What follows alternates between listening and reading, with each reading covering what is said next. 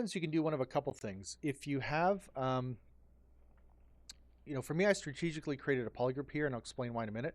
But you can just have hands, or let's say forearms, either upper and lower arms that just kind of stick into an open sleeve, or we can overlap them. In my case, what I've done is I've created a brush, which you have accessible, called the, yeah, I've renamed it, but sorry, I'm going to open up my XMD. I have a hand mesh that has all the independent joints and basically super simple base topology for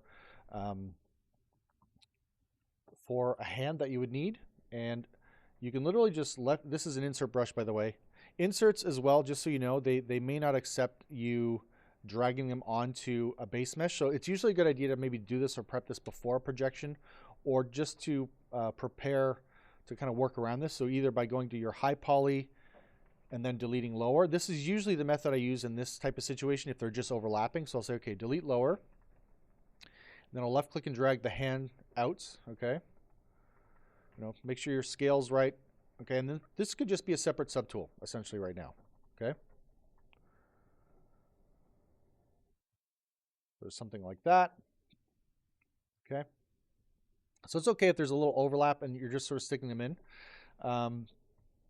And then what I would likely do at this point is simply go into subtool. If I want to preserve it as a separate subtool, I'll go to split, split unmasked points. And then you're probably wondering, well, how the hell do I get my low poly back? The genius of ZBrush is that when you delete your lower subdivisions, they're still there. There's a button called Reconstruct Subdivision. So if I turn on the wireframe and I hit Reconstruct, Reconstruct, Reconstruct, it'll basically go until it can't go anymore, and it brings me right back to my original base resolution. So that's one way to kind of add maybe some extra inserts or bring some other parts in that may be separate. The other thing too is that, like I said, this base mesh, if you take a look, it might look a little blocky. So sometimes, because I know this thing will have normal maps baked out and stuff, I may just soften some of the transition points here. Just do a little bit of light smoothing just to kind of blend some of this in for a cleaner silhouette. And you also want to just take a look at the mesh inside of, let's say, Maya. So if I hit 4 or 5 on my keyboard, I just want to look at the mesh. If you take a look, the silhouette actually still looks pretty good. It's a little bit blocky here. And typically this level of resolution of mesh is not the one that's going to be rendered. You'll oftentimes be doing what's called the smooth preview, right? So if you hit 3 on your keyboard, it's going to basically divide this thing twice. So my poly count will go from, in this particular instance, it's going to go from about 20,000 up to, yeah, 350,000. And if you take a look at the shapes here, again, they're still kind of a bit rough looking, right? So that's where I might say, okay, let's go back here and just kind of like polish this form out a little bit. You know, maybe polish the pocket out a bit, okay? And then that would be my kind of updated base. So we do want to still think about a bit about kind of silhouette issues in the low poly, even with the smoothing that may happen down the road, okay? So same thing here, just usually I'll hold shift, left click and hold, or put the pen down if you're using a tablet. Keep the left mouse button down or the pen, and then let go of shift, and it actually gives you this nice way to kind of blend the two shapes together, okay? So you still kind of get the overlying form, but have a bit more of a blend rather than just like a straight up erasing of the volume. So I do find that a bit of a better technique to use. Yeah, so the alternate method to this, and this is where you may need to make another duplicate. So I do want to duplicate the high res. So I'm going to just jump up to my highest division in case I need to reproject, which may or may not happen. I'll basically hit duplicate. I'm going to do a different version where I basically have to delete my high res because I want to actually integrate the hand directly with this border here. So the yellow polygroup is going to go away, and the hand's going to be essentially fused into this cuff, okay? So I'll go to delete higher. And there's something really amazing with ZBrush. So if you have an insert brush and it has an open end, when you left click and drag on that open end on a polygroup like this, it will recognize that you're saying, hey, I want to actually essentially like bridge from this group, that yellow group. I want to delete that yellow group and bridge from the open end of this hand into the blue group of the rest of that kind of sleeve. So if I bring it pretty close, make sure my scale is about right, you have to, again, kind of like Dynamesh, you control, click, and drag to clear your mask. And when you do it a second time, it will do what's called mesh fusion. In this case, it's not doing it correctly. So I'll have to see why. And this does happen on occasion. So I'm going to just double check something and make sure I don't have any other kind of hidden mesh in here. But yeah, it should recognize when you do the insert, if you left click and drag and it's right on that polygroup, it should recognize it as being in that group, or wanting you to replace that polygroup. So control click and drag twice and it should fuse. So I have noticed it can be quite temperamental. So you do have to maybe potentially try to limit the amount of times you, the amount of times you kind of move and rotate the thing. I have noticed it is a bit touchy. And I'll show you how to work around this if it isn't working the way you'd expect it to, how we can fix that. Usually I do like to leave a bit of a gap just in front. So again, I'll control click and drag once, that clears any masking, and then a second time you see it fuses that together. And you know, the topology may or may not be clean, so sometimes you can just kind of try to quickly hit it with a quick Z remesh. Or in this case, if I'm not, you know, I'm actually okay with the topology overall. It's not that bad. So yeah, I might just kind of mask this and push this back in to the sleeve a bit. So I'll take this, basically mask, isolate the hand, flip the mask around, and then just kind of stick it in a little bit. And we can also blur that mask a bit too if you want to have a bit more of a transition point. So let's do that. There. Okay. So that's how we can kind of have this kind of transition or change. I'll show you another method for having like a sleeve, whether it's a long sleeve or a short sleeve, how you would kind of have it overlap for production. So if you have something where, you know, part of the clothing is maybe hanging off the body, you know, we can basically create, let's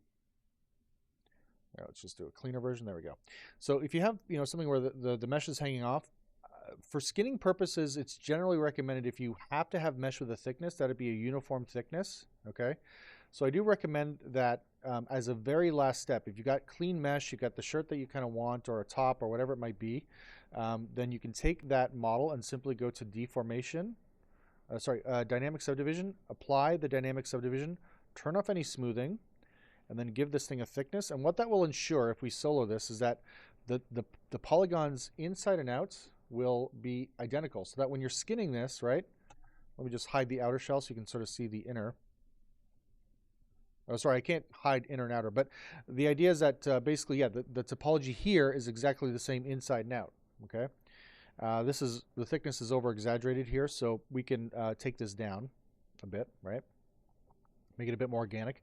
So that way, actually, the skinning will be uniform, so you don't have the inside of the shirt popping through the outside, or vice versa. And if it ever does happen in production, then you can hide the mesh that's kind of popping through or creating something ugly. That's not a problem. And so once you're about ready to export this, you want to hit apply. So now it truly does have that thickness. So again, you don't want topology that's different from inside versus out. Now, one other alternative is, let's say, you know, because this shirt is very form-fitting up top, that I would probably fuse to, you know, via Dynameshing.